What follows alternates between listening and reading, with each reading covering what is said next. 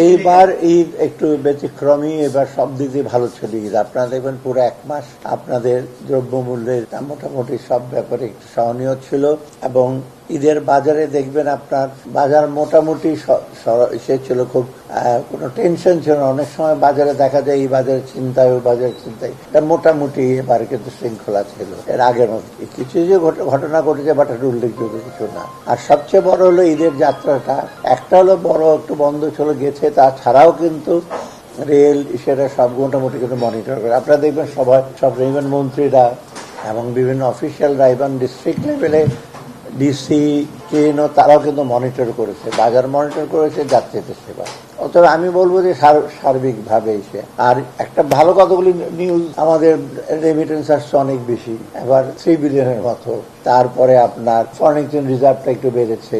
অতএব সার্বিক দিক দিয়ে ঈদের সেটা ভালোই হয়েছে। আর তার মধ্যে একটা খবর আসছে যে ট্যারিফ, ট্রাম্প সাহেব একটা নতুন করে তার রেসিপ্রোকাল ট্যারিফ করেছে। এটা মূলত তার ডেফিসিট প্রচুর, ওই ডেফিসিটটা কিভাবে কাভার করা যায় একটা গাণিতিক হিসাবে সে করেছে। কিন্তু এটা যে একটা ইমপ্লিমেন্ট করবে, কিভাবে করবে, এটা নিয়ে যথেষ্ট প্রশ্ন আছে। অর্থাৎ তার দিক থেকে সে করেছে এটা একটা গাণিতিক। যেমন বাংলাদেশের 6.2 বিলিয়ন আমাদের ডেফিসিট, মানে আমরা এক্সপোর্ট করি 8.4, ওরা ইম্পোর্ট করে 6.2, অথবা 6.2 ওদের ডেফিসিট। ওরা সোজা ভাগ দিয়ে বলছে 74% ডেফিসিট। এটা আমরা দেখবো আমাদের যে খুব একেবারে দারুণভাবে চিন্তিত হওয়ার তেমন কিছু কারণ নাই। সেজন্য কিন্তু আমরা খুব দ্রুত কোনো নিজার্ক রিয়েকশন দিইনি। আমরা দেখবো আমাদের ট্যারিফ স্ট্রাকচার কি, আমাদের এক্সপোর্ট ডাইভার্সিফিকেশন কিভাবে করা যায়, এই জিনিসগুলো।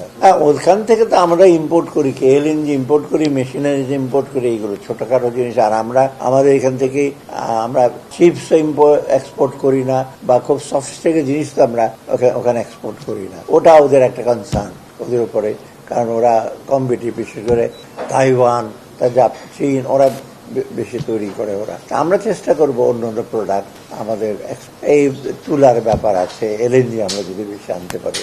অর্থাৎ মোটামুটি ইউএস এর সাথে আমাদের তেমন হবে না। আর আমরা খুব বেশি পড়বে না, যে একেবারে যে পড়বে না তা না, আমরা ওটা দেখবো কিভাবে পুষিয়ে নেওয়া যায়। বিরাট একটা হিসাবে না। আর আমাদের সুবিধা যে গার্মেন্ট ইন্ডাস্ট্রি চায়না থেকে রিলোকেট করবে। চায়না তো আর একটা জিনিস এসে করবেন, যে আমাদের যে গার্মেন্টটা আছে আমরা লোয়ার এন্ডে, কিন্তু মানে যেটা টার্গেট বা ওয়াল মার্কেটে বিক্রি হয়, যেটা খুব বেশি দাম না।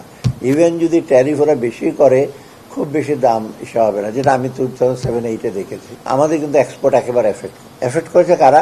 খুব দামি কাপড় চোপড় অথবা খুব এক্সপেন্সিভ জিনিসপত্র ওখানে ইম্পোর্ট করতে, কারণ পার্চেসিং পাওয়ার কমে গেলে বা ডিউটি বেশি করলে ডিমান্ড কমে যায়। আমাদের এখন দরকার আমাদের এফিসিয়েন্সি বাড়ানো, একটু ডাইভার্সিফাই করা। শুধু গার্মেন্ট না, আমরা চেষ্টা করবো লেদার বা অন্যান্য জিনিসগুলো এক্সপোর্ট করতে, আর ওদের কাছ থেকে যা যা দরকার হয়